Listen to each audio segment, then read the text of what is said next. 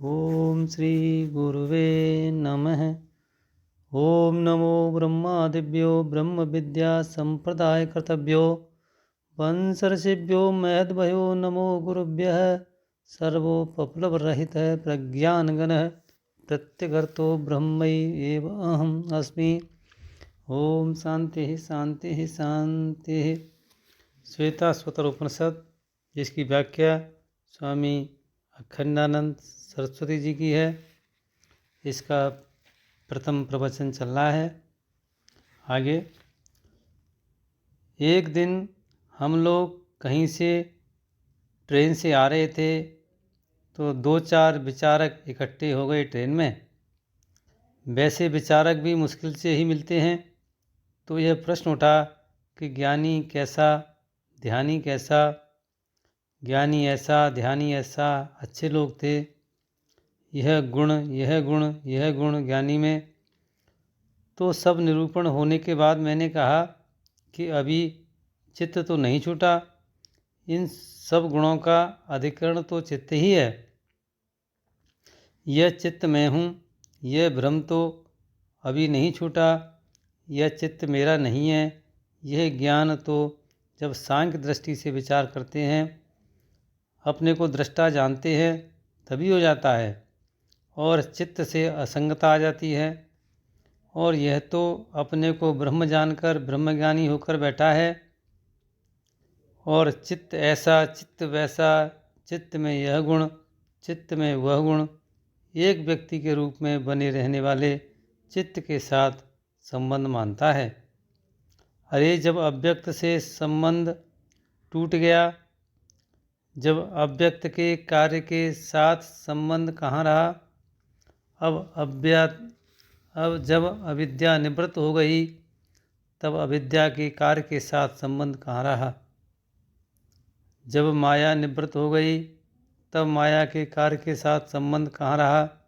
अरे भाई, ब्रह्मज्ञानी तो उस जगह बैठा है जहाँ न माया है, न अविद्या है, न इसका कार्य है, न इनके कारण है। वह चित्त को पकड़ कर थोड़ा ही बैठा है। देखो चित्त त्यागो ही संसार त्याग है।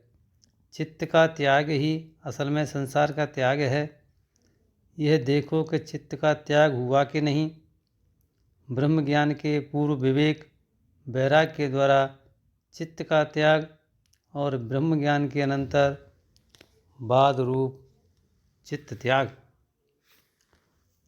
तो यह ब्रह्म विद्या है, जिसमें एक चित्त का नहीं, कोटि कोटि चित्तों का पृथक पृथक रूप में भी और समष्टि रूप में भी, और केवल चित्त समष्टि का ही नहीं, चित्त समष्टि का जो कल्पित कारण है अविद्या, उसका भी परित्याग होता है।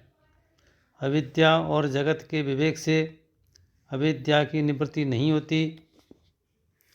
अविद्या का जो अधिष्ठान है, उस अधिष्ठान ज्ञान से अविद्या की निवृत्ति होती है।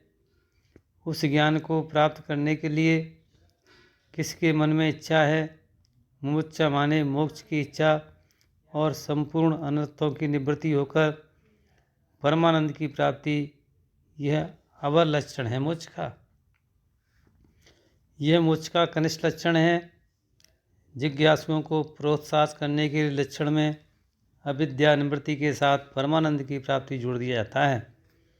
अन्यथा तो अविद्या निवृत्ति लक्षणों ही मोक्ष है।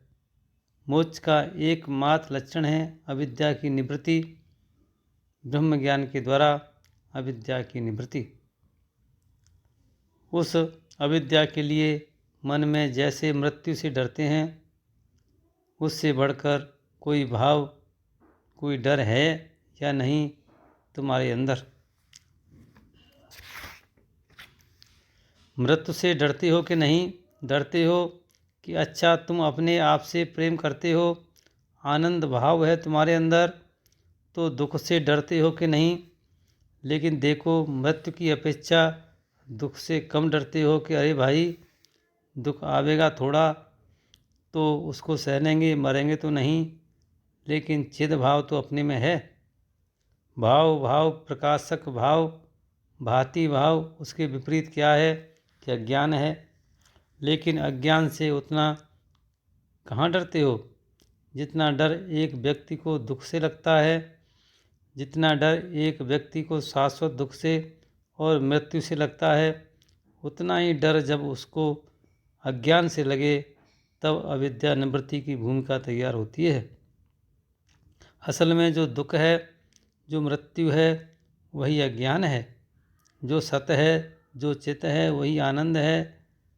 तो जो आनंद का विरोधी दुख है, जो चिद्भाव का विरोधी अज्ञान है, जो सद्भाव का विरोधी मृत्यु है, ये तीनों एक हैं।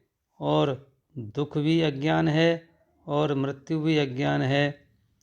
अज्ञान के सिवा दुख और कुछ नहीं है, अज्ञान के सिवा मृत्यु और कुछ नहीं है। अज्ञान ही दुख है और अज्ञान ही मृत्यु है। क्योंकि जब सतचित आनंद पृथक पृथक नहीं है, इनके ये विरोधी भाव भी पृथक पृथक नहीं है। ओम शांति शांति शांति।